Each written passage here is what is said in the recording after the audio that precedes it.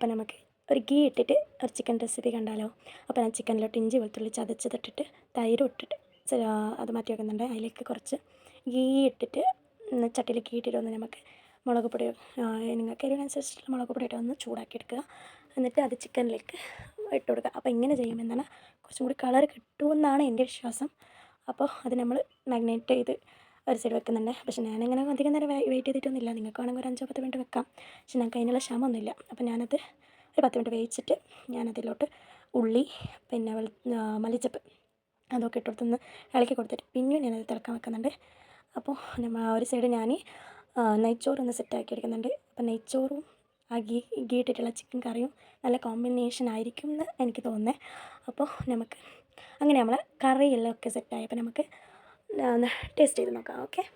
അപ്പോൾ ഞാൻ ഗീ ഇട്ടിട്ട് ചിക്കൻ ഞാൻ ഫസ്റ്റ് ടൈം ട്രൈ ആക്കിയത്. അത് നെയ്ച്ചോറ് കോമ്പിനേഷൻ അടിപൊളി. സോ നിങ്ങൾ ട്രൈ ചെയ്ത് നോക്കൂ ഗൈസ്.